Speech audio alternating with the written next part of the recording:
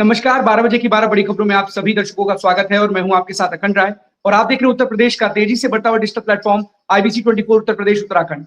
12 बजे की महत्वपूर्ण खबरों की शुरुआत करते हैं। आपको बता दें कि स्मार्ट मीटर को लेकर चल रहे विवाद पर एक नई खबर सामने आई है और इस खबर ने तमाम उन उपभोक्ताओं को राहत दी है जिनके घरों पर स्मार्ट मीटर या प्रीपेड मीटर थोपा जा रहा था। केंद्र सरकार ने स्पष्ट किया है कि बिना उपभोक्ता की सहमति के स्मार्ट मीटर या प्रीपेड मीटर नहीं लगाए जाएंगे, जिसके बाद एक बात तो तय हो गई कि कहीं ना कहीं जो प्रीपेड मीटर का दर्द था वो लोगों को शायद अब हो सकता है कम हो जाए, क्योंकि केंद्र सरकार ने स्पष्ट कर दिया है कि बिना उपभोक्ता की सहमति के प्रीपेड मीटर नहीं लगाए जाएंगे। प्रीपेड मीटर को लेकर के तमाम तरीके की शिकायतें आ रही थी, उसके रिचार्ज को लेकर के शिकायतें आ रही थी, रिचार्ज करने के बाद फिर से वापस कनेक्शन जुड़ नहीं रहा था, इसको लेकर के शिकायतें आ रही थी, जिसको लेकर के तमाम जगहों से एक एक करके कई कई जगहों पर कई बिजली घरों पर लंबी लंबी कतारें भी देखने को मिली थी। जिसके बाद केंद्र सरकार ने लोकसभा में बताया है कि बिना उपभोक्ता की सहमति के प्रीपेड मीटर नहीं लगेंगे। सबसे ज्यादा दिक्कत उन लोगों की थी जो किसान थे, जो मजदूर थे, क्योंकि उनके पास इस तरीके कोई ऑप्शन नहीं थे जिससे वो तुरंत अपने बिजली को रिचार्ज कर सके। इसी को देखते हुए, ध्यान में रखते हुए केंद्र सरकार ने बात कही है। लेकिन सबसे बड़ा सवाल है कि पिछले दिनों जो एक साथ 70 लाख मीटर जो थे वो प्रीपेड कर दिए गए, क्या वो वापस बदले जाएंगे? क्या उनको वापस स्मार्ट किया जाएगा? क्योंकि बहुत बड़ी समस्या है। इसको लेकर के जो राज्य उपभोक्ता परिषद के अध्यक्ष हैं वो भी कहीं ना कहीं साफ तौर पर अवधेश कुमार कहते हुए आए कि वो कहीं ना कहीं अवमानना याचिका दायर करेंगे पावर कंपनियों के, यूपीपीसीएल पावर कंपनी के खिलाफ और जो कंपनीज है उनके खिलाफ भी, क्योंकि इन्होंने जबरन इसे थोपने का काम किया है उपभोक्ताओं के ऊपर। और यही नहीं, उन्होंने कहा है कि नए सिरे से अभी भी कई जगहों पर प्रीपेड मीटर लोगों के ऊपर थोपे जा रहे हैं। तो एक बड़ी राहत उन तमाम लोगों के लिए है जो प्रीपेड मीटर को लेकर के कहीं ना कहीं परेशान थे, तमाम बिल को लेकर के परेशान थे फिलहाल। लेकिन ये देखने वाली बात होगी कि जो 70 लाख मीटर स्मार्ट से प्रीपेड हो गए हैं उसको लेकर के सरकार क्या फैसला लेती है। क्या उनको वापस स्मार्ट में तब्दील किया जाएगा? क्योंकि प्रीपेड मीटर लोगों के लिए अभी भी चुनौती बना हुआ है। कभी लो बैलेंस दिखाता है, कभी एप्लीकेशन काम नहीं करती है, ग्राफ में डिटेल पर डे की नहीं आ पाती है, एक दो दिन का गैप आ जाता है और जो एक्चुअल कैलकुलेशन है वो भी लोगों को समझ से परे है, जिसकी वजह से लोग खासा परेशान है प्रीपेड मीटर से। और बिल की बात भी करें तो शायद महीना बीत जाता है, जो जानकारी आ रही है लोगों को बिल तक उपलब्ध नहीं हो पा रहे हैं ऑनलाइन, जिसकी वजह से एक बड़ी समस्या है उन उपभोक्ताओं के सामने जो इस वक्त प्रीपेड मीटर इस्तेमाल कर रहे हैं। फिलहाल ये देखने वाली बात होगी कि इस फैसले का असर उन तमाम जो 70 लाख प्रीपेड मीटर में जो कन्वर्ट हो चुके हैं उनके ऊपर क्या पड़ता है। क्या उनके भी प्रीपेड मीटर को वापस स्मार्ट मीटर में तब्दील किया जाता है या फिर वो पहले की तरह नहीं, अब प्रीपेड की तरह ही काम करते हुए करते रहेंगे और लोग कहीं ना कहीं इसको लेकर के परेशान जरूर हैं। अब चलते अपने सहयोगियों के पास, एक एक करके हमारे साथी हमारे साथ जुड़ेंगे जो आज की बड़ी खबरें उनके शहरों की है वो बताएंगे। सबसे पहले हमारे साथ इंद्रवीर जुड़ रहे हैं रायबरेली से। इंद्रवीर, कौन सी बड़ी खबर है रायबरेली से आज की?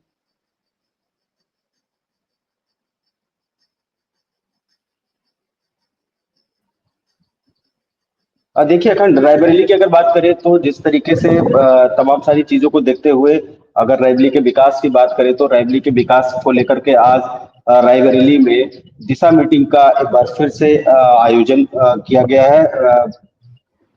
सरकार की तरफ से जो दिशा मीटिंग ये रखी जाती है, शासन प्रशासन पक्ष और विपक्ष दोनों जो जिले के नेता होते हैं, डीएम एसपी, इन सब की उसमें जो है ये दिशा मीटिंग की जाती है। लेकिन अगर बात करिए दिशा मीटिंग जो होनी थी, इसके पहले जो दिशा मीटिंग हुई वो पूरे देश ने देखी। इसके पहले दिशा मीटिंग में मंत्री दिनेश प्रताप सिंह उत्तर प्रदेश के, जिस तरीके से रोड जाम हुआ और तमाम सारी गतिविधियां देखने को मिली, राहुल गांधी के बारे में इनके सब हुआ। उसके बाद ये दिशा मीटिंग 12 मार्च को होनी थी, जो कि 12 मार्च को डिनाई की गई। और इसके बाद इस दिशा मीटिंग की रूपरेखा के चूंकि जो सांसद रायबरेली और नेता प्रतिपक्ष राहुल गांधी हैं उनको दिशा मीटिंग की अध्यक्षता करना होता है। इस दिशा मीटिंग की अध्यक्षता में वो नहीं आ पाए। उन्होंने एक पत्र लिखा रायबरेली के प्रशासन को कि माता सोनिया गांधी और पूर्व सांसद रायबरेली की तबीयत सही न होने की वजह से वो इस दिशा मीटिंग में अध्यक्षता नहीं कर पाएंगे। तो इस दिशा मीटिंग की डेट और तारीख चेंज की गई। उसके बाद आज इस दिशा मीटिंग की अध्यक्षता का भार जो सौंपा है वो प्रतिनिधि बना दिया गया है केएल शर्मा को, जो अमेठी से सांसद है। वो इस दिशा मीटिंग की अध्यक्षता कर रहे हैं। और रायबरेली के जो और तमाम सारे नेता हैं, चाहे वो मंत्री दिनेश प्रताप सिंह हो, ऊंचाहार विधायक मनोज पांडे हो, अदिति सिंह हो और राहुल लोधी और जितने भी विधायक और सांसद हैं, वो सब और जो और ब्लॉक प्रमुख अपनी इस रायबरेली जिला के विकास कार्यों को लेकर के आज दिशा मीटिंग फिर से जो है रखी गई है और इसकी अध्यक्षता किशोरी लाल शर्मा जो अमेठी सांसद है वो इसका प्रतिनिधित्व कर रहे हैं। जी हाँ बिल्कुल इंद्रवीर, क्योंकि इस बार नेता प्रतिपक्ष राहुल गांधी मौजूद नहीं है और जैसा कि उन्होंने बताया कि उनकी मां की तबीयत ठीक नहीं है, इसके चलते वो इस मीटिंग में उपस्थित नहीं हो पा रहे हैं। लेकिन कई बार देखा गया है कि तमाम जो रैलियां होती हैं उसमें उपस्थित हो जाते हैं और कई जगहों पर होते हैं, लेकिन फिलहाल ये बैठक में वो आए या नहीं आए उनका व्यक्तिगत रीजन हो सकता है और बिल्कुल सही बात है, नेता प्रतिपक्ष है और इस तरीके का रीजन है उनके सामने। लेकिन सवाल है कि कई बार दिशा मीटिंग को लेकर के आपने भी तस्वीरें दिखाई हैं इंद्रवीर, पहले भी हमारे दर्शकों ने देखी है कि किस तरीके से एक अलग सा गर्म माहौल हो जाता था वहां पर। मीटिंग के दौरान अलग अलग तरीके के एक दूसरे पर आरोप लगते थे, कभी नेता प्रतिपक्ष कुछ बोलते थे, कभी मंत्री दिनेश प्रताप सिंह बोलते थे। अभी जो ये बैठक चल रही है, इस बैठक में क्या इस तरीके की कोई स्थिति हुई है या किसी के बीच में कोई नोकझोंक, किसी तरीके कोई गहमा गहमी देखने को मिली है? देखिए अभी तक कुछ ऐसा नहीं है, दोनों लोग आए हैं और दोनों लोगों का जो जिला प्रशासन है दोनों तीनों लोगों का अभी तक जो है स्वागत किया है और दिशा मीटिंग के जो बचत भवन हॉल है वहां पर गए हैं और मीटिंग भी जो है वहां पे चालू हो गई है। अब जब निकलेंगे बाहर तभी कुछ पता चलेगा, अभी तक तो ऐसा कुछ नहीं निकल के आया है। और दिशा मीटिंग की जो शुरुआती दौर है इस उसका वो जो है बचत भवन के अंदर तमाम सारे नेताओं के साथ अध्यक्ष किशोरी लाल शर्मा इस मीटिंग का नेतृत्व कर रहे हैं और वो मीटिंग चालू है, अभी इसका कुछ नहीं है। हमारे पास एक और खबर है, हम उस पर आना चाहेंगे जो एक बहुत इंपॉर्टेंट है। थाना मिलेरिया क्षेत्र के अंतर्गत कल अगर बात करें दोपहर में लगभग 3 साढ़े 3 बजे करीब एक युवक अपने घर को जा रहा था। बाइक सवार कुछ बदमाश आते हैं और ये बदमाश लगभग अगर बात करें तो 20 से 25 लोग होते हैं, ऐसा एप्लीकेशन में जो है दिया गया है। और जो मुकदमा पंजीकृत किया गया 11 नामजद के खिलाफ मुकदमा पंजीकृत है। ताबड़तोड़ दिनदहाड़े थाना मिलेरिया क्षेत्र के प्रगतिपुरम तुलसी नगर मोहल्ले में गोली चलाई जाती है और गोली जब चलती है तो युवक अपनी जान बचाने के लिए भागने लगता है और उसके पैरों में गोली लगती है, 2 गोली लगती है और इलाज जिला अस्पताल इमरजेंसी में किया जाता है, अभी भी वो इलाजरत है। और जिस तरीके से ये घटना निकलकर सामने आई, दिन दिहाड़े गोली चलना कहीं ना कहीं दर्शाता है कि अब किस तरीके से पुलिसिंग रायबरेली में है, कहाँ क्या देखने को मिल रहा है, कब कौन किसके ऊपर गोली बरसा दे, कब कौन कहाँ क्या कर दे, कोई भरोसा नहीं। रायबरेली पुलिसिंग किस तरीके से पुलिसिंग देखने को मिल रही है। और IBC 24 की इस पे आज जब क्षेत्राधिकारी अरुण कुमार नौहार से बात हुई, क्या इससे कोई कामयाबी अभी तक रायबरेली पुलिस को मिली है या नहीं, लेकिन अगर सूत्रों की बात करें तो इस पे पूरी SOG टीम, थाना और जो और टीमें होती है सर्विलांस, तमाम सारी पुलिसिंग रायबरेली की काम कर रही है। लेकिन अभी तक रायबरेली पुलिस के या यूं कहे थाना मिलेरिया पुलिस के हाथ खाली है इस गोलीकांड को लेकर, जो दिन दिहाड़े कल प्रगतिपुरम तुलसी नगर मोहल्ले में एक युवक को घर जा रहे युवक को घेर करके 10 से कुछ लोग 10 से 15 मतलब संख्या नहीं है, लेकिन अज्ञात बदमाशों ने, अब इसमें अज्ञात तो नहीं रह गया क्योंकि 11 मुकदमा पंजीकृत 11 लोगों के खिलाफ नामजद पंजीकृत किया गया है तो अज्ञात नहीं रह गया। इन बदमाशों का अभी तक कोई पता नहीं चला है कि आखिर इनके हाथ क्यों खाली है रायबरेली पुलिस के। और रायबरेली पुलिस का कहना है जल्द ही इनके तह तक हम पहुंचेंगे और इनको गिरफ्तारियां कर इनको जेल के पीछे भेजेंगे। लेकिन सवाल वही है, दिन दिहाड़े एक ऐसे युवक को अपने घर जा रहा था जो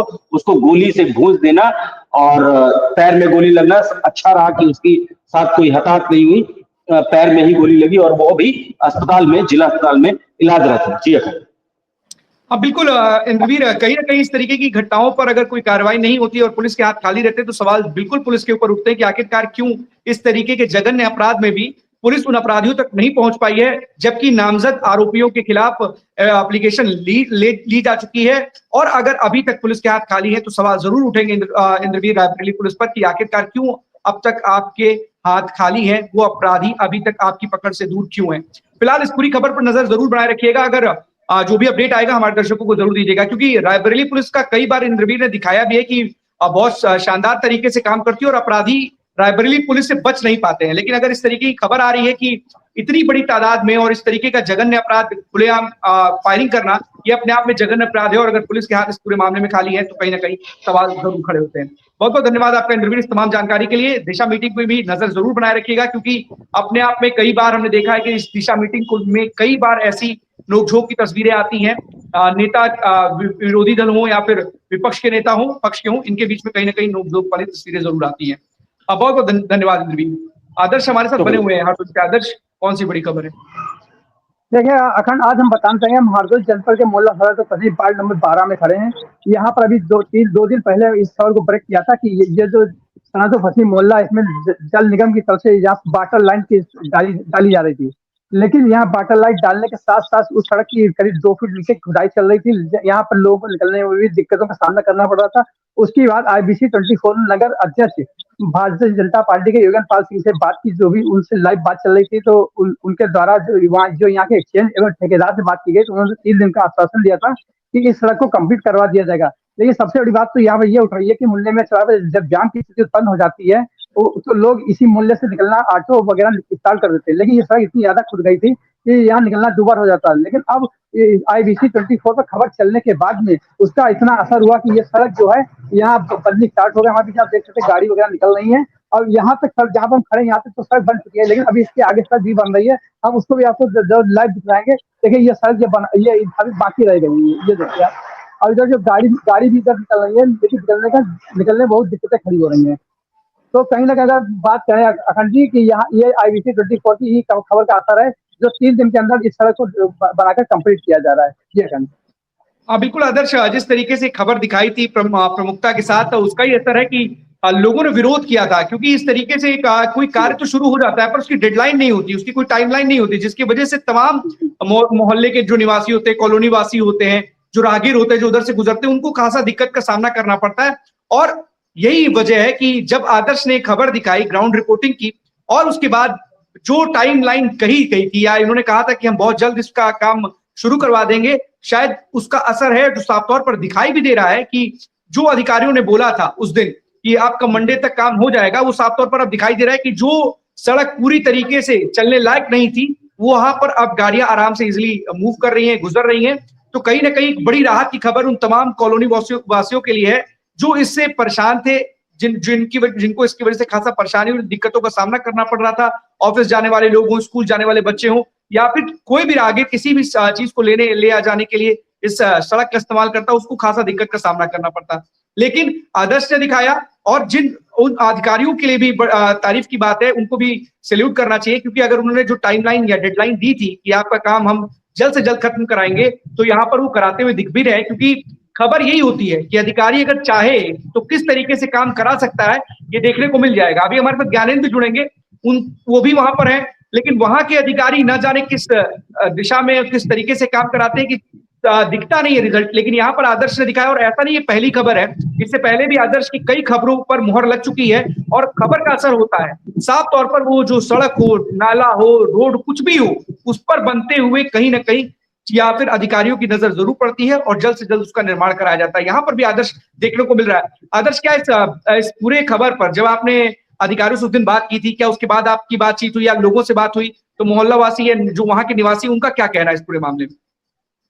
देखिए मोहल्ला वासियों का यह कहना है कि यहाँ पर जो सड़क खुदाई चल रही थी, यहाँ पर करीब 2-3 फुट के जो गड्ढे खुदे थे, और उस गड्ढे में कहीं बच्चे भी निकलते हैं। यहाँ पर नहीं, जो बड़े बड़े यहाँ जो लोग निकलते हैं उनको गिरने का डर भी बना रहता था। लेकिन जब IBC 24 ने इस खबर को प्रसारित किया और प्रमुखता से दिखाया, तो अधिकारियों के संज्ञान में गया। वहाँ के जो अधिकारी हैं, एक्सचेंज हैं, और जो जेई हैं, ठेकेदार, उन लोगों ने इसको संज्ञान में लेते हुए तत्काल उस गड्ढे को बंद करवाने का प्रयास किया। पाइपलाइन पड़ चुकी है, और उसको हमारे पीछे आप देख सकते हैं, उस काम को बहुत बाइज्जत उसको बनाया। देखिए पीछे गाड़ी आ रही है, हम गाड़ी का आपको दिखाएंगे कि ये गाड़ी आ रही है, और अभी ये सड़क जो खुदी पड़ी है, इसको भी बनवाया जा रहा है। देखिए ये सड़क जो है पूरी, ये सड़क भी बनते चली आ रही है। लेकिन अब चूंकि ये सड़क जल निगम के द्वारा खुदवाई गई थी, वो उसको तो सही करवा दिया जाएगा, लेकिन उसके बाद में अब यह काम नगर पालिका करेगा। अब इस नगर पालिका जो है, जो सड़क कितने दिन में कंप्लीट कराती है, ये अब देखने वाली बात होगी। जी अखंड। बिल्कुल आदर्श, इसी तरीके की खबरें कहीं ना कहीं जो जनहित से जुड़ी हुई हों, लोगों की परेशानी से जुड़ी हुई हों, अगर उस पर असर होता है IBC की खबर का, तो साफ तौर पर कहीं ना कहीं ये साफ तौर पर दर्शाता है कि हम जमीन पर जो सच में ग्राउंड लेवल पे जो लोगों की समस्या है उसको उठाते हैं, और उसका ही असर है कि आज तमाम जो यहाँ के निवासी हैं वो इस परेशानी से जो जूझ रहे थे उनसे उनको मुक्ति मिल गई है, निजात मिल गया। और साफ तौर पर अब वहां पर जिस समय लोग पैदल चलना भी जिनका दूभर था, वहां पर गाड़ियों की आवाजाही साफ तौर पर देखी भी जा सकती है। तो कहीं ना कहीं आदर्श ने जो खबर दिखाई थी और जो अधिकारियों का कमिटमेंट था काम को लेकर के, वो कहीं ना कहीं धरातल पर दिखाई दे रहा है। और उनके कहे अनुसार कि 48 घंटे के अंदर इस रोड को चलती हुई हालत में छोड़ दिया जाएगा, तो साफ तौर पर दिखाई भी दे रहा है। बहुत बहुत धन्यवाद आदर्श, तमाम जानकारी के आपका। आदर्श, बहुत बहुत धन्यवाद आपका। इस खबर को रिपोर्ट कीजिएगा अगर आपको लगता है कि कुछ लोग बातचीत करना चाहते हैं वहां पर, क्या वहां के निवासी कहते हैं, तो इसको अलग से आप रिपोर्ट कीजिएगा। बहुत बहुत धन्यवाद आदर्श। इमरान हमारे साथ बने हुए बिजनौर से। इमरान, कौन सी बड़ी खबर है?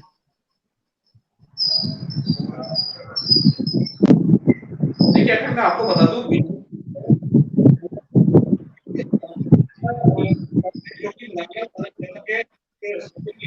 इमरान आपकी आवाज थोड़ी ब्रेक होके आ रही है।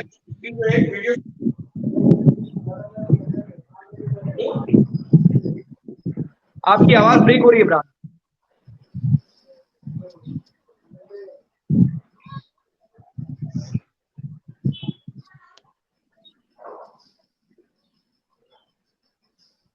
सुन पा रहे हैं आप?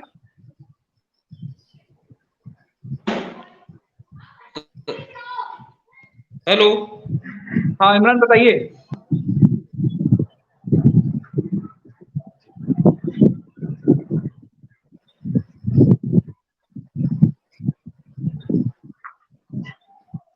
इमरान आप फिर से कनेक्ट करिए क्योंकि आपकी आवाज ब्रेक हो रही है, आपके पास फिर से लौटेंगे। एक खबर आपको बता देते हैं क्योंकि कानपुर के किडनी कांड से जुड़ी हुई खबर है और उस खबर ने कहीं ना कहीं पूरे देश में ही एक ऐसी, जिस तरीके से इस खबर ने सनसनी फैलाई, उसने कई सवाल खड़े कर दिए कि आखिरकार किस तरीके से छोटे छोटे से हॉस्पिटल लोगों की जिंदगियों के साथ खिलवाड़ करते हैं और किस तरीके से जो गलत काम करने वाले लोग हैं, जो लोगों की जिंदगी के साथ खिलवाड़ करने वाले लोग हैं, वो किस तरीके से अखूट संपत्ति न सिर्फ कमाते हैं बल्कि उस दौलत को उड़ाते हुए भी दिखाई देते हैं और उसका आनंद इस तरीके से ले रहे थे मानो उन्होंने कुछ ऐसा किया हो जिसकी वजह से उनको बड़ी प्रसन्नता होनी चाहिए। किडनी कांड में भी जो डॉक्टर आरोपी है अफजाल, उसके एक तस्वीर वायरल हुई है जिसमें वो नोटों के बंडल पर सोता हुआ दिखाई दे रहा है और नोटों की गड्डियों से हवा हाँकते हुए दिखाई दे रहा है। कई सवाल खड़े होते हैं और उन लोगों की जो रिकॉर्डिंग्स आई उसमें भी वो करोड़ों को फेंकने की बात कहते हुए नजर आ रहे हैं। ये सवाल है, ये तस्वीरें हैं जो बयां करती हैं, बताती हैं कि किस तरीके से लोगों की जिंदगी के साथ खिलवाड़ करने वाले जो तमाम ये झोला छाप डॉक्टर हैं, जो ना तो डॉक्टरी हैं, ना पेशेवर डॉक्टर हैं और ना ही उनके पास इसका कोई सर्टिफिकेट है जिससे ये लोग इस तरीके का इलाज कर सके। लेकिन सोचिए कि 8वीं पास चालबाज, साइबर ठग अगर इस तरीके की चीजों को अंजाम देते हैं, लोगों को मोटिवेट करते हैं, वो भी MBA पास स्टूडेंट्स को मोटिवेट करके उनकी किडनी निकलवाने का काम करते हैं, तो अपने आप में कई गंभीर सवाल खड़े होते हैं कि आखिरकार किस तरीके से ये लोग आदमी जो छोटे छोटे लोगों को बहला करके फुसला करके उनकी जिंदगी के साथ ना सिर्फ खिलवाड़ करते हैं बल्कि लोगों के द्वारा मिले हुए पैसों से वो ऐश की जिंदगी जीते हैं। उस गड्डियों से हाथ से हवा हाँकते हैं, उस पर लेटते हैं और बताते हैं कि उनके पास ना जाने कितना धन आ गया है। तो फिलहाल इस पूरे नेटवर्क की तलाश में है और लगातार इस नेटवर्क की जड़ तक जाने के लिए एक एक आरोपियों की तलाश में जुटी हुई है। जो ये इस तरीके के फुटेजेस आए हैं वो आकाश अग्रवाल जो कि एक आरोपी है जो 8वीं पास है, उसके मोबाइल से इस तरीके के जो तमाम वीडियोस हैं वो मिल रहे हैं और उसमें साफ तौर पर देखा जा रहा है कि किस तरीके से लोगों की जिंदगी के साथ खिलवाड़ करके उनके द्वारा जो इस तरीके का ये ऑपरेशन अंजाम दिया जाता था, उससे वो ना सिर्फ उन्होंने अकूत संपत्ति बनाई बल्कि वो नोटों पर सोते हुए भी दिखाई दे रहे हैं और उससे पूरी तरीके से मौज करते हुए दिखाई दे रहे हैं। जिंदगी कितनी सस्ती है इन लोगों के लिए साफ तौर पर ये खबर बताती है। तो कहीं ना कहीं लोगों के साथ जो एक पूरा का पूरा ये रैकेट जुड़ा हुआ था जो जिंदगी के साथ खिलवाड़ करता था, अब वो कहीं ना कहीं पुलिस की गिरफ्त में है और लगातार एक के बाद एक कार्रवाइयां हो रही हैं और अरेस्टिंग के लिए ये पुलिस ने टीम भी गठित कर रखी है जिसमें डॉक्टर अफजाल भी है। अब चलते ज्ञानेंद्र के पास। ज्ञानेंद्र हमारे साथ बने हुए प्रतापगढ़ से। ज्ञानेंद्र, कौन सी बड़ी खबर है? बिल्कुल अखंड, देखिए बात शुरुआत करते हैं तो हर वक्त बात आती है प्रतापगढ़ पुलिसिंग किस तरीके से चलती है प्रतापगढ़ में। ये शायद मैं ये कहूंगा कि मेरे 15 से 16 साल के करियर में शायद इस तरीके की पुलिसिंग में देख रहा हूँ।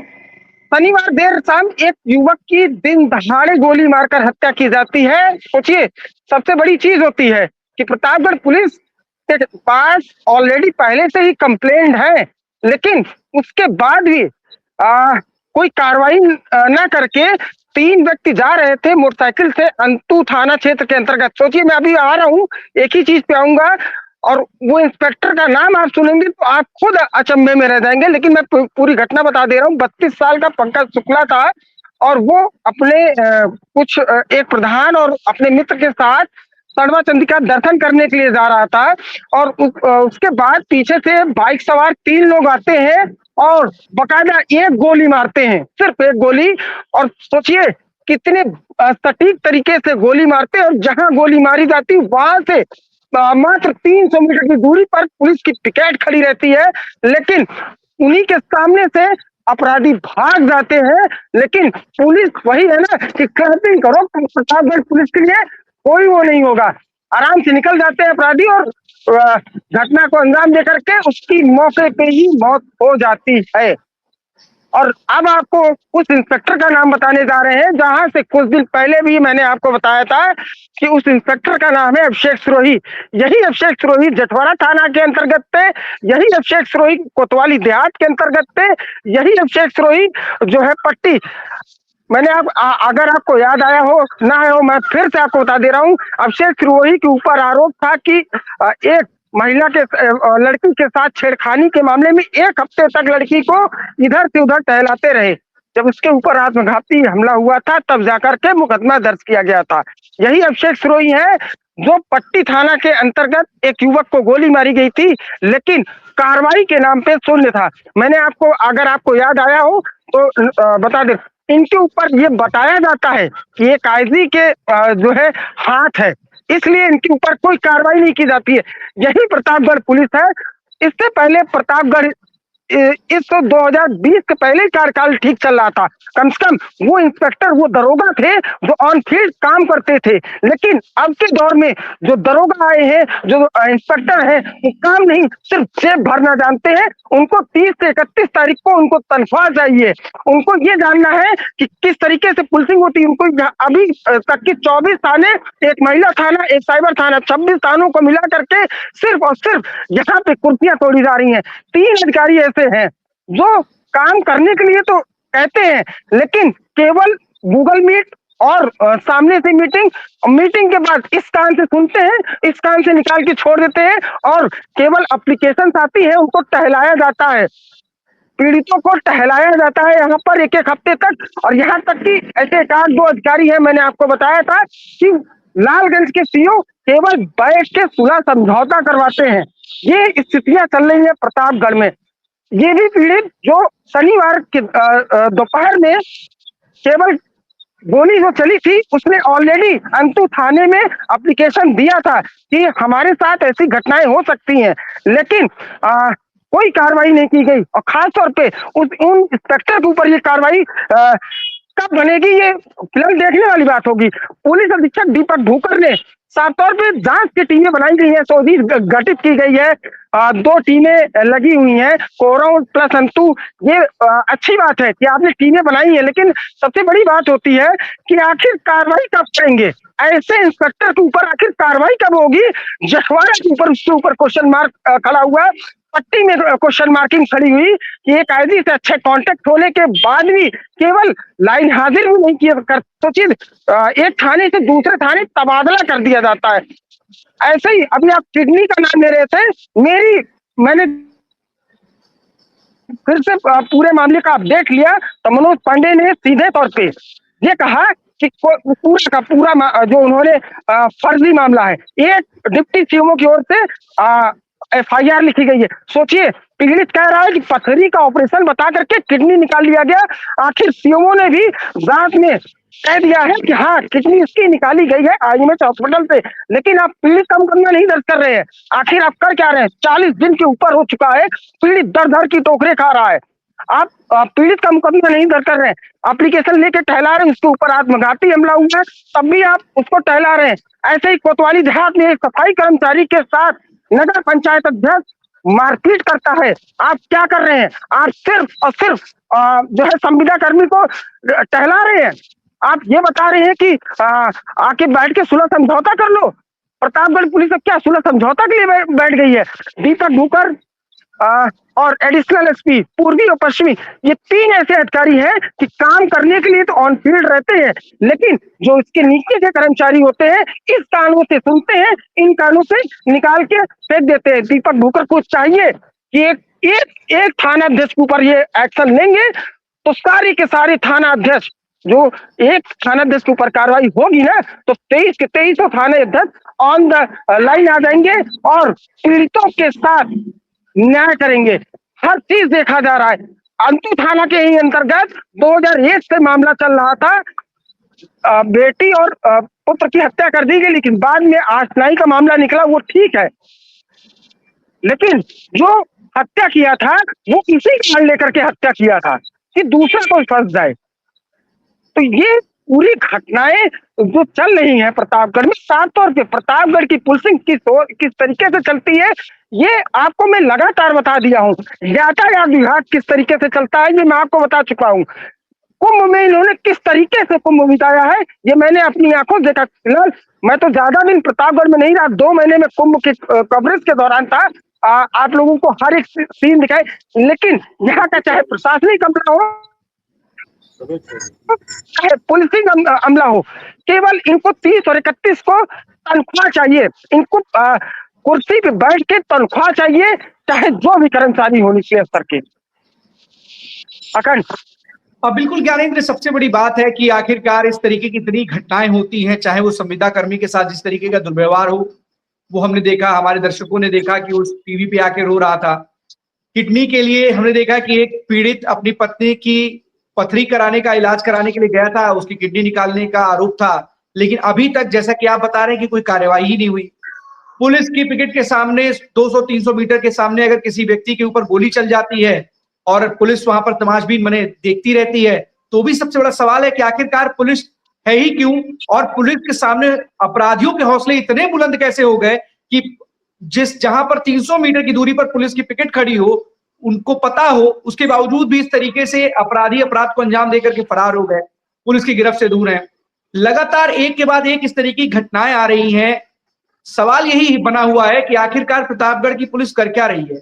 क्या प्रतापगढ़ की पुलिस को क्या बिल्कुल भी मानवता नाम की चीज नहीं है, या प्रतापगढ़ की पुलिस के अंदर संवेदना नहीं है, या फिर प्रतापगढ़ पुलिस लगातार इस तरीके के मामले में जहां पर संवेदनशीलता, संजीदगी दिखानी चाहिए, वहां पर लापरवाही बरतती हुई दिखाई दे रही है? क्योंकि जितनी भी घटनाएं अभी ज्ञानेंद्र ने गिन करके बताई हैं, उसमें से कोई भी एक भी घटना ऐसी नहीं है जिसमें पुलिस की संजीदगी या संवेदनशीलता दिखाई देती हो।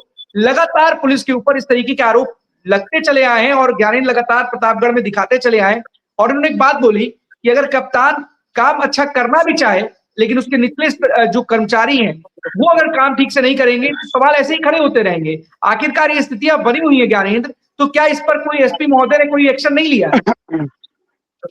बिल्कुल, देखिए अखंड, मैं आपको साफ तौर पे बता दूं कि एक्शन अभी तक कोई नहीं हुआ है। अभी तक आपको बता दें कि शनिवार को जो हत्या हुई थी गोली मार करके, अभी तक पुलिस, एक तरीके से ये कहें कि पुलिस और प्रशासनिक अमला परिवार को नहीं मना पाए हैं। उनको ये दर्शाता है कि 2 दिन से बॉडी पड़ी हुई है, विश्वास उठ चुका है प्रतापगढ़ की पुलिस के ऊपर से कि अभी तक आप जो है अंतिम संस्कार तक नहीं करवा पाए हैं, आप उनकी मांगों को पूरा नहीं कर पाए। सोचिए, उन्होंने पहले से ही आशंका जताई थी कि मेरे ऊपर हमला हो सकता है। पंकज शुक्ला ने पहले ही बता दिया था कि मेरे ऊपर हमला हो सकता है, लेकिन उस के बाद भी पुलिस ने कोई कार्रवाई नहीं की। आखिर हुआ वही, पंकज शुक्ला ने अपने जान गंवा दी। और उसके बाद पुलिस ये भी कह रही है कि एक एंगल से पहले से उनकी रंजिशन चल रही है और जमीनी विवाद भी है। आज सोचिए, ईगो वाला भी मामला चल रहा है, ठीक है, ईगो वाला भी उसने पंकज शुक्ला ने ऑलरेडी पहले से ही ईगो के मामले में, अहंकार के मामले में 2 पक्षों की लड़ाई थी, उसमें भी एप्लीकेशन दिया था। कार्रवाई क्या हुई? शून्य। जमीनी मामला चल रहा था कई सालों से, कार्रवाई क्या हुई? शून्य। ये है प्रतापगढ़ पुलिस, ये है प्रतापगढ़ का प्रशासनिक अमला, कार्रवाई के नाम पे होते हैं शून्य। अगर बात करें तो IGRS में डिफॉल्टर हो रहा है, उसमें कोई भी रिपोर्ट लगा दीजिए, कुछ भी हो जाए। CCTV कुछ नहीं करना, उनको CCTV में सिर्फ यही करना है, अगर असलहे की फाइल आई है, रिपोर्ट लगानी है, तो आपको भी पता है क्या होता है। अच्छा, करेक्टर की फाइल आई है, आपको भी पता है क्या होता है। सब चीजों में कुछ बोलने की जरूरत नहीं है, कोई पुष्टि नहीं कर रहा हूं लेकिन होता क्या है? शून्य। बस इनको अब पीड़ित अगर IGRS की कोई एप्लीकेशन पड़ती है तो सीधे तौर पे अगर पीड़ित से बात हुई तो ठीक, नहीं हुई तो अगली पार्टी को बुला लेंगे और उसके बाद उन्हीं से अपना वो करवा के हो जाएंगे कि हमने IGRS में नंबर 1 रैंकिंग हासिल कर ली। प्रतापगढ़ कोतवाली नंबर 1, पट्टी कोतवाली नंबर 2, कुंडा कोतवाली नंबर 3, ऐसे करके सब अपने अपने रास्ते निकल जाएंगे कि हम IGRS में नंबर 1 बने रहे। लेकिन सबसे मुद्दे की बात करें, ठीक है, पुलिस राजस्व का मामला नहीं जानती है, उसको नहीं पता होता कि इनकी जमीन कहाँ पर है, लेकिन वही पुलिस और वही प्रशासनिक अमला, वही लेखपाल, वही कानून गो, यही लोगों की मिली भगत से आज जो पहले क्या होता था कि सोमवार, मंगलवार, बुधवार, बृहस्पतिवार हम लोग एक्टिव होते थे कि सुबह गोली खानी है, शाम को गोली चलनी है। तो ये उस समय अपराध थी किस चीज को, लूट को लेकर के हम लोग एक्टिव रहते थे कि दुकान पे जाते थे बदमाश और सीधे गोली मारते थे, हवाई फायरिंग करते थे, जो भी कैश होता था लेके चल देते थे। और हम लोग इतना तक जान गए थे कि पूरे पत्रकार कभी भी शाम को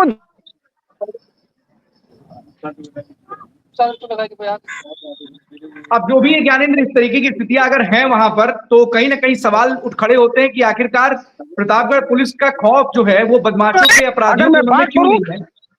नहीं, बिल्कुल ज्ञानेंद्र, ये जो तमाम बातें आपने बताई उससे कहीं ना कहीं एक चीज तो समझ में आती है कि जो प्रतापगढ़ पुलिस के मन में, अपराधियों के मन में जो खौफ होना चाहिए प्रतापगढ़ पुलिस का, वो साफ तौर पर कहीं भी नहीं है। और किसी भी मामले में हीला हवाली, लापरवाही कहीं ना कहीं लोगों की जिंदगी पर भी भारी पड़ती हुई दिखाई दे रही है। और बिल्कुल प्रतापगढ़ पुलिस को जो काम करना चाहिए वो नहीं कर रही है।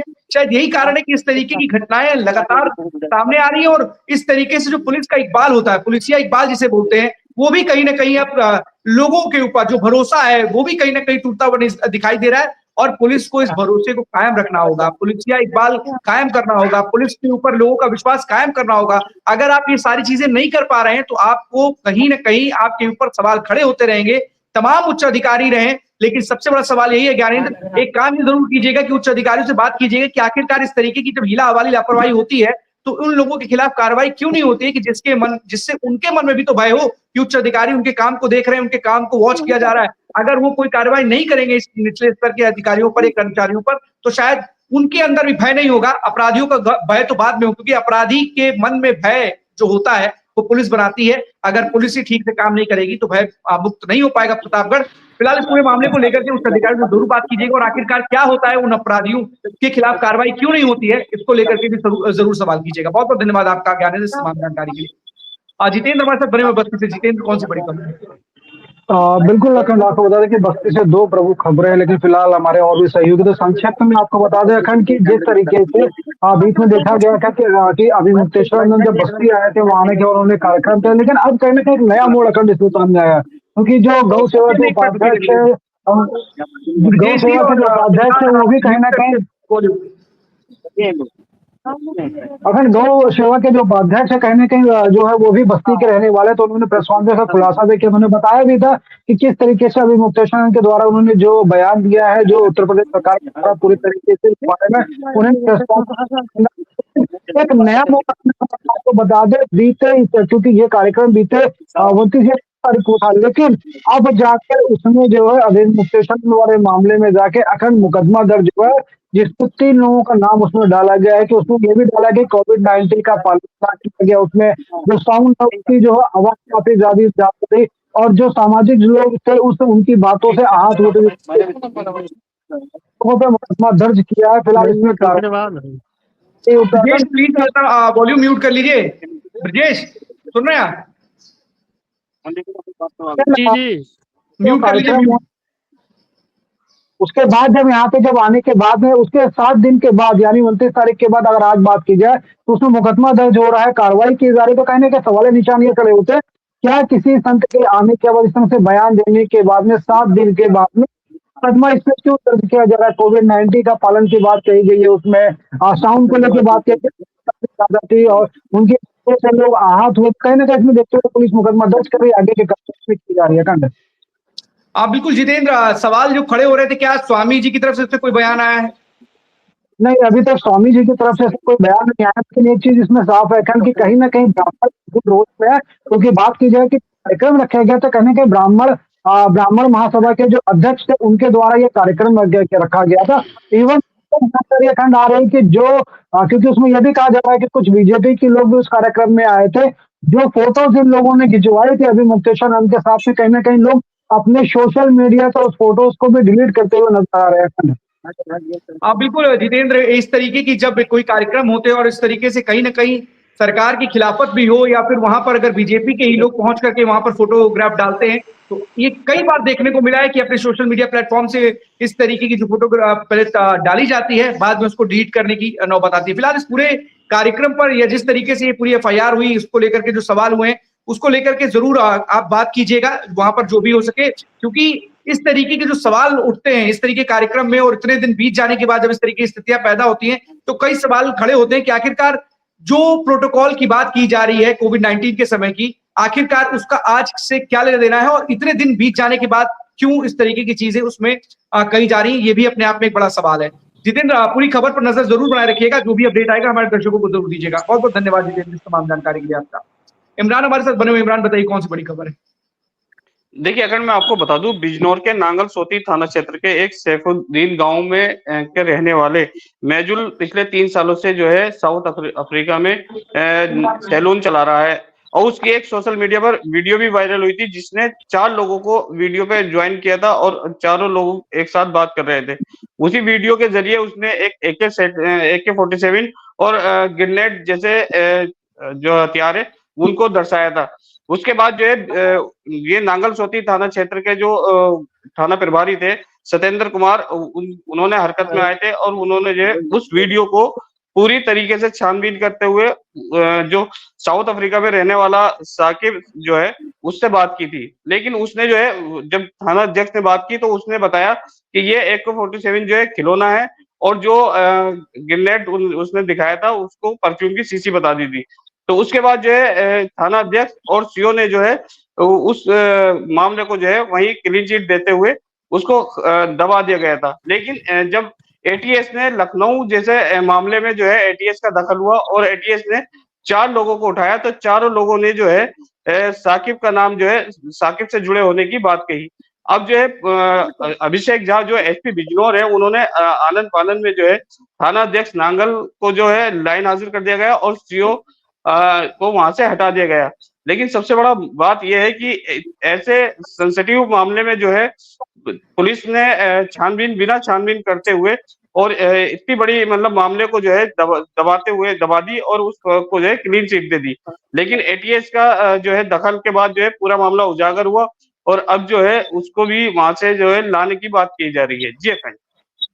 बिल्कुल इमरान, क्योंकि बहुत बड़ा मामला है और जिस तरीके से 4 आरोपी गिरफ्तार हुए हैं और एक के बाद एक उनके साथ जो क्लू मिल रहे हैं उनसे उससे कड़ी दर कड़ी जोड़ते हुए कहीं ना कहीं जो टीम है, जो जांच एजेंसियां हैं वो कार्रवाई कर रही है। लेकिन सबसे बड़ा सवाल है कि इतनी बड़ी लापरवाही वहां के एक अधिकारी के द्वारा, एक पुलिस अधिकारी के द्वारा की गई, जिसको अब सस्पेंड किया गया है, कि अगर किसी ने खिलौना बता दिया और ग्रेनेड को परफ्यूम बता दिया तो क्या आपने उसको व्हाट्सएप कॉल या फोन पे ही मान लिया कि हाँ उसने यही दिखाया था?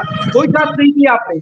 और अगर वो व्यक्ति इस तरीके से 4 लोगों के साथ वो जुड़ा हुआ था और इस तरीके की चीजें जब सामने आई, तो हमारे देश में तमाम इस तरह की घटनाएं घटित हो रही हैं और तमाम एजेंसीज हैं लगातार कहीं ना कहीं ऐसे लोगों पर नजर बनाए रखे हैं। तो क्या आपको उचित नहीं लगा कि इस तरह की घटना को आगे फॉरवर्ड किया जाए, उच्च अधिकारियों तक बताया जाए? क्या इमरान इस तरीके की कोई जानकारी है भी कि क्या सच में उस अधिकारी ने अपने उच्च अधिकारियों को इस पूरे मामले की जानकारी दी थी, या फिर उसने खुद जांच करके इस मामले को यही रफा दफा कर दिया था?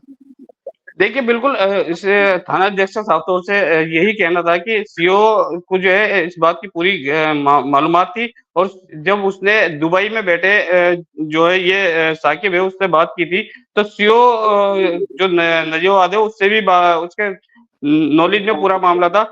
लेकिन कहीं ना कहीं पुलिस की बहुत बड़ी लापरवाही देखने को मिल रही है।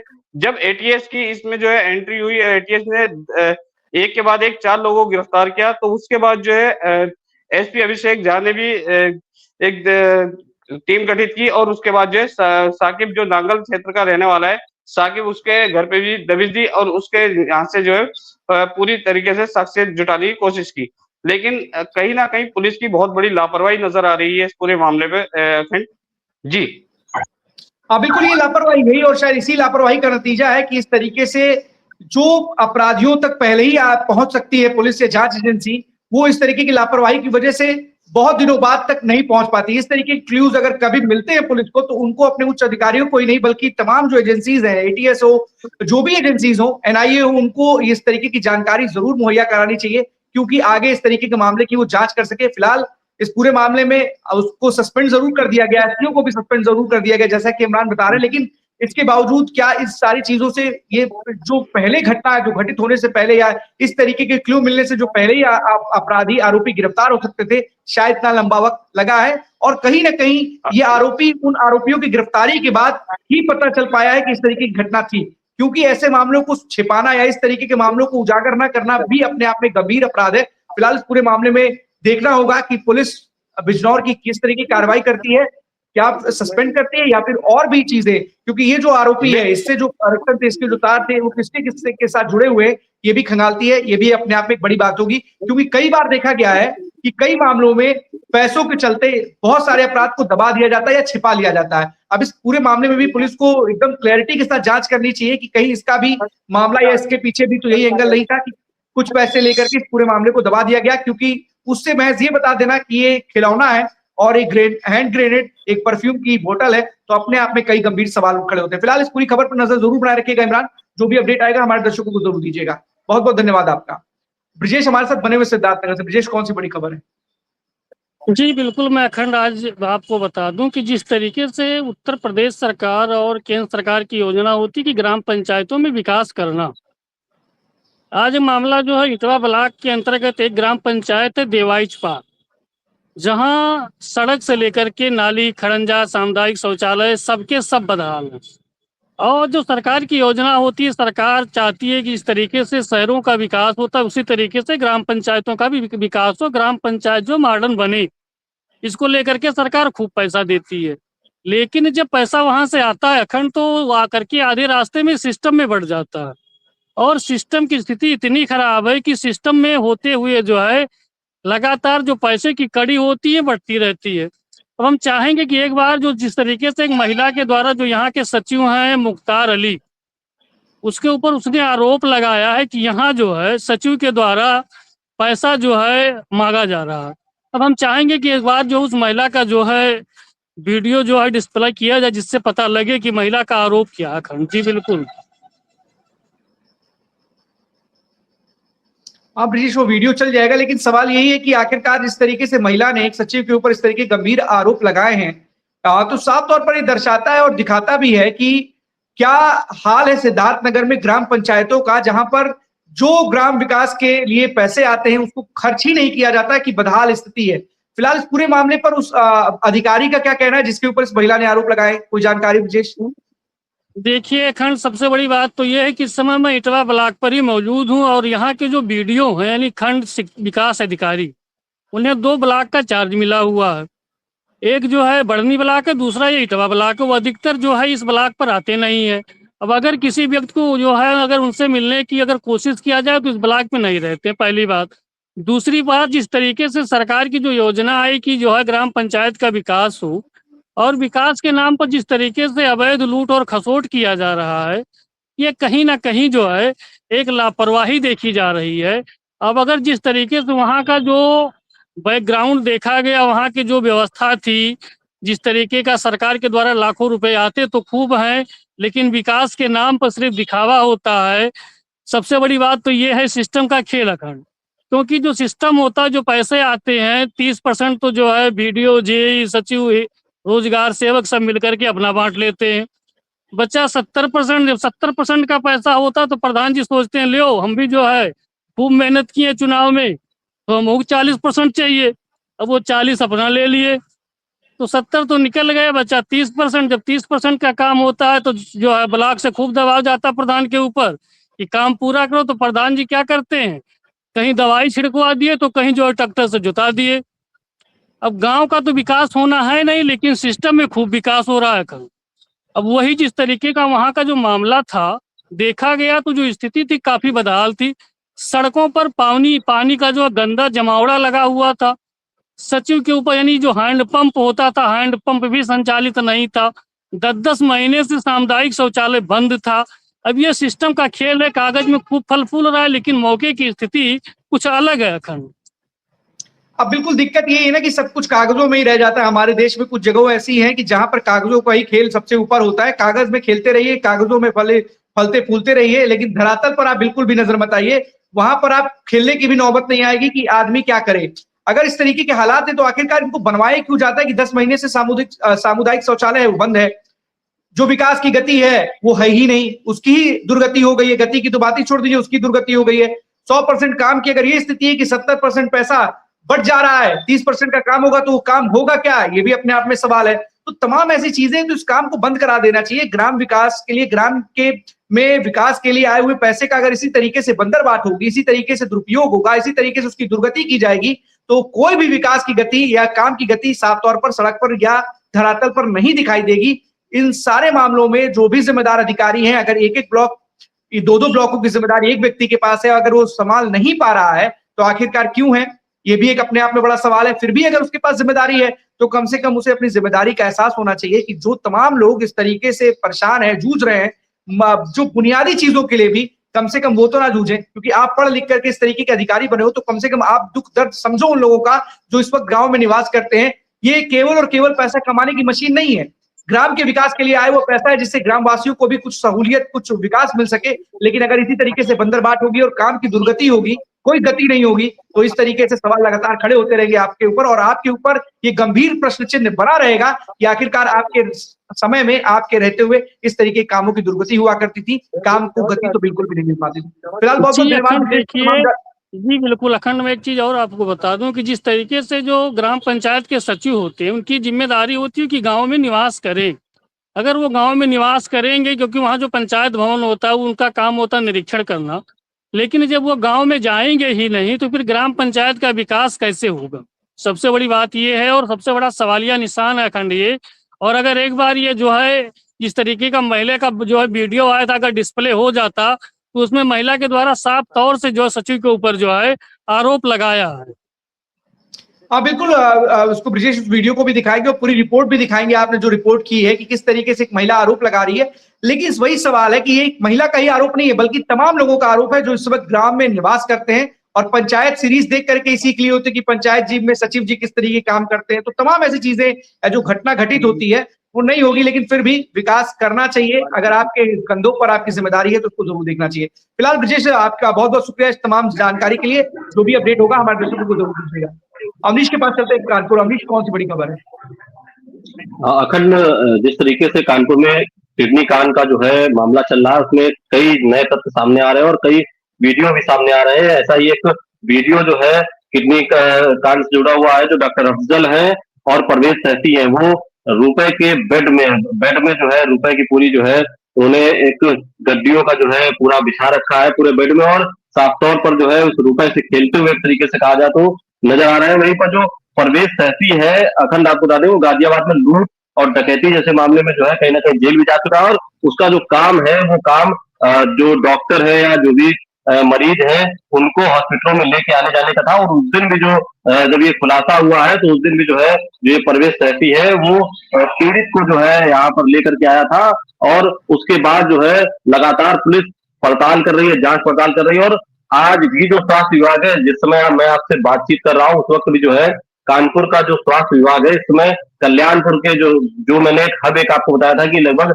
एक थाना क्षेत्र में 350 से 400 हॉस्पिटल है, वहां पर इस वक्त जो है कहीं ना कहीं जांच पड़ताल कई हॉस्पिटलों में चल रही है, कई हॉस्पिटलों में जो है छापेमारी की कार्रवाई चल रही है, और लगातार जो है स्वास्थ्य विभाग उस दिन से सचेत हो गया है। और कहीं ना कहीं जो ऐसे हॉस्पिटल है जहां पर इस तरीके की चीजें चल रही थी, जिनके उस हॉस्पिटलों से तार जुड़े हुए थे, उन सभी जगहों पर जो है जांच की जा रही है। और ऐसे छोटे हॉस्पिटल नहीं है, यहाँ पर बड़े बड़े नाम जो जिनके विषय में मैं खुद नहीं सोच सकता था, ऐसे बहुत सारे नाम जो है इस मामले से जुड़ते हुए नजर आ रहे हैं। और बहुत जल्द हो सकता है स्वास्थ्य विभाग या जो यहाँ का जो पुलिस विभाग है उसका खुलासा करेगा।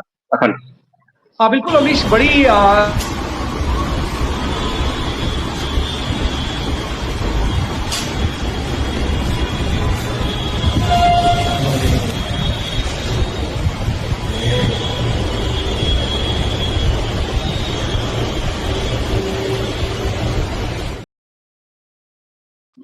अभी तस्वीर जो है ये जो दिखा रही है, ये बता रही है कि किस तरीके से लोगों की जिंदगी के साथ खिलवाड़ करके, उनको बर्बाद करके खुद मौज और ऐश चल रही है कि पैसों से खेलते हुए नजर आ रहे हैं, पैसों के ऊपर सोते हुए नजर आ रहे हैं, गड्डियों से हवा भागते हुए नजर आ रहे हैं। ये भ्रष्टाचार की ऐसी तस्वीर है जो पोल खोल रही है और इनके फलते फूलते व्यापार को दर्शाती हुई दिख रही है कि लोगों की जिंदगियां बर्बाद करके, जिनके कंधों पर जिंदगी आबाद करने की जिम्मेदारी है, वो लोगों की जिंदगियां बर्बाद करके इस तरीके से मौज करते हुए नजर आ रहे हैं, ऐश करते हुए नजर आ रहे हैं और ऐसे दिखा रहे हैं मानो उन्होंने बहुत बड़ा जग जीत लिया हो और इन्होंने महफिल लूट ली हो। लेकिन ये तस्वीरें बयां करती हैं कि जिन डॉक्टरों के अंदर संवेदना होनी चाहिए वो बिल्कुल भी संवेदनहीन होते हैं और संवेदनहीनता की उस स्तर तक इनकी संवेदनहीनता होती है कि शायद उसकी कल्पना कर पाना भी आम लोगों के बस की बात नहीं है। अब जरा सोचिए कि जिस डॉक्टर के ऊपर जिम्मेदारी थी कि लोगों की जिंदगियां बचाए, वो उनकी ही जिंदगियों के साथ खिलवाड़ करके उनसे आए हुए धन को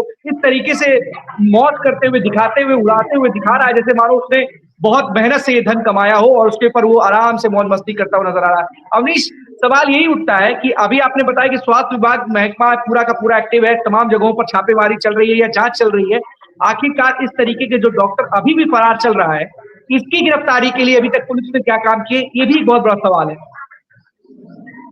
देखिए कल लगातार पुलिस जो है जिन जिन भी हॉस्पिटलों से तार जुड़े हुए थे, जो हॉस्पिटल इससे जुड़े हुए थे, क्योंकि लगातार जो भी लोग पकड़े जा रहे हैं उनसे पूछताछ चल रही है और पूछताछ के दौरान जो है कई सारे ऐसे नाम खुल करके सामने आ रहे हैं जो है सोचने पे मजबूर कर रहे हैं कि क्या ये लोग भी जो है किडनी कांड से जुड़ सकते हैं। और बड़े बड़े डॉक्टरों के नाम जो है कहीं ना कहीं इसमें जुड़ते हुए साफ साफ नजर आ रहे हैं। अखंड, सबसे बड़ी बात यह है कि जो आयुष्मान कार्ड से लोग अपने इलाज जो है इन हॉस्पिटलों में कराते हैं, उनमें भी जो है कहीं ना कहीं जांच पड़ताल की जो है बात सामने आई है कि उनके ऊपर भी जो है जैसे कि कई ऑपरेशन होते हैं तो उन ऑपरेशनों में जो है इस तरीके के कुछ काम तो नहीं हुए हैं जिससे जो है ऐसे लोग हों जो अभी पुलिस के सामने न आ पाए हो, इस पे भी जांच पड़ताल चल रही है। और जो लोग अभी जिनके नाम सामने आए हैं, कुछ लोगों से पूछताछ भी की जा रही है और फिलहाल जो फरार लोग पाए गए हैं उनके लिए कहीं ना कहीं टीमें जो है लगातार काम कर रही है। और स्वास्थ्य विभाग जो कि जिसको पहले बहुत पहले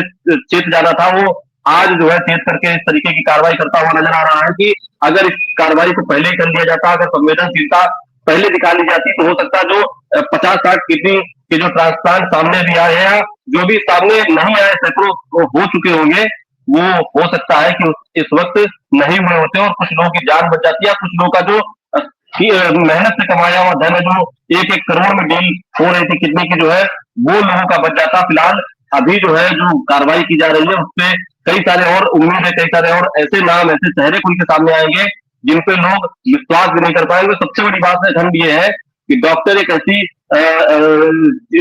नाम है जिससे लोग विश्वास करते हैं, भगवान का दूसरा रूप जो है माना जाता है। लेकिन जिस तरीके से बड़े बड़े डॉक्टरों के नाम अगर इस तरीके से खुल के आएंगे तो जिस तरीके से अन्य विभागों पर लोगों का विश्वास उठ गया है, कहीं न कहीं इस विभाग पर भी विश्वास उठ जाएगा और इंसान जो है इसमें भी सोचने को मजबूर हो जाएगा कि हम इलाज करवाएं तो कहाँ करवाएं। अखंड, बिल्कुल अवनीश, लोगों का भरोसा वैसे भी इस सिस्टम से उठता ही चला जा रहा है क्योंकि तमाम जगहों पर लोगों के लिए बस ये अस्पताल लोगों के लिए एटीएम मशीन अस्पतालों के लिए बन चुके हैं, क्योंकि वहां पर मरीज इलाज कराने जाता है लेकिन उनके साथ किस तरीके का व्यवहार किया जाता है साफ तौर पर देखा जाता है। लेकिन अब ये जिस तरीके से गली मोहल्ले में खुलते हुए अस्पताल हैं, लोगों को जिंदगियां बांटने वाले, लेकिन अब ये लोगों की जिंदगियों को ना सिर्फ खत्म करने वाले बनते चले जा रहे हैं, लोगों की जिंदगी के साथ खिलवाड़ करते हुए बनते चले जा रहे हैं। लेकिन सबसे बड़ी और हैरानी की बात है कि स्वास्थ्य महकमा भी है, वो आंखों पर पट्टी बांध करके बैठा हुआ है। जब इस तरीके के मामले सामने आते हैं तो कुछ दिन तक अभियान चलाए जाते हैं, सर्च ऑपरेशन किए जाते हैं, अस्पताल की तलाशी ली जाती है,